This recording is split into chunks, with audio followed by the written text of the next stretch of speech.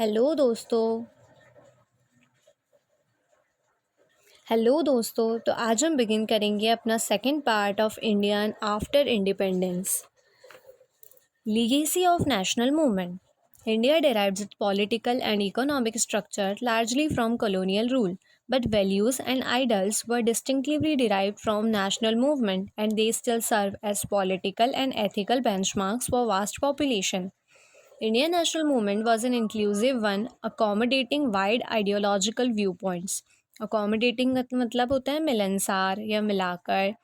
It was largely non-violent and included not only the elite leadership but masses also.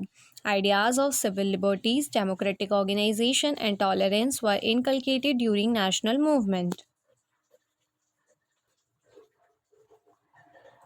Masses had already starting appreciating ideals of liberty and democracy as a result of mass involvement, active debate, and hence were ready to utilize adult franchise soon after independence. Congress, when founded in 1885 as organized on democratic lines, it vouched for liberty of press and individual freedom and called for wider parliamentary reforms. Tilak proclaimed liberty of the press and liberty of speech give birth to a nation and nourish it. It had an accommodative approach and dissent was encouraged and listened to. It and another organization were marked by their all Indianness and called for a unified nation. There was an acknowledgement of common goal and diverse groups always supported each other in time of crisis. Moderates defended extremist Tilak's rights to speech and expression, and similarly, non-violent congressperson lent extensive support to Bhagat Singh. Similarly, Public Safety Bill of 1928 and Trade Disputes Bill to suppress trade unions and leftists were unequivocally opposed by not only political leaders but even by capitalists such as Ghanshyam Das Birla and Purushottam Das, Thakur Das, etc. National movement promoted dual objective of unity in diversity and national integration and hence promoted a composite national culture. The spirit of nationalism was not a result of colonial policies but result of ardent work of nationalist leaders who took the idea of nation to even every corner of India and helped them identify their interest against colonial rulers. Idea of a nation was present even before colonial rule, as the notions of Bharat Varsh and Hindustan show which were in currency much earlier. Colonial consolidation only complemented the process which was already going on. Colonial rulers, in fact, tried to misguide Indians by saying that democracy is not fit for them.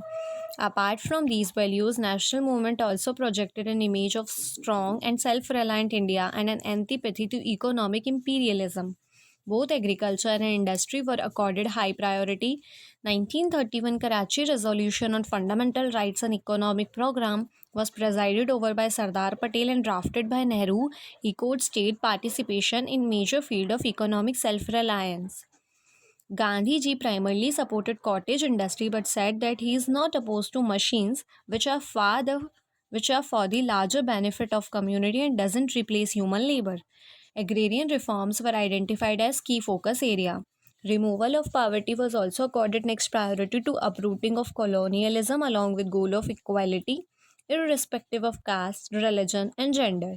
Karachi session declared that every citizen shall enjoy freedom of conscience and the right to freely process and practice his religion. Indians never criticized the British on religious lines, they criticized their operations and not the fact that they were Christians. Secularism never conflicted with religion, and Gandhiji believed politics and religion are not opposite to each other, as politics is to be based on morality and all religions are source of morality. But later, he also preached separation of two in wake of rising communalization of Indian society. Movement, however, failed to reflect a strong anti-caste ideology and also couldn't avoid partition and communalization of Indian society. The Constitution India finally zeroed it on a federal government with a strong center. It had a peculiar Indian context in which the decision was taken. Peculiar का मतलब होता है अजीब. India had borne the scourge of partition and there were many cleavages in form of communalism, caste, regionalism, etc., which could be overcome only by strong central leadership. There was also a strong need to give India a shape of single nation through emotional, social, and political integration, and a center Leaning federation was a necessity rather than a desire. India thus emerged as a union of a state in which states had no right to secede, unlike federation in which states are brought together through an agreement out of their own will. Union made it clear that their existence is merely for administrative convenience. Thank you.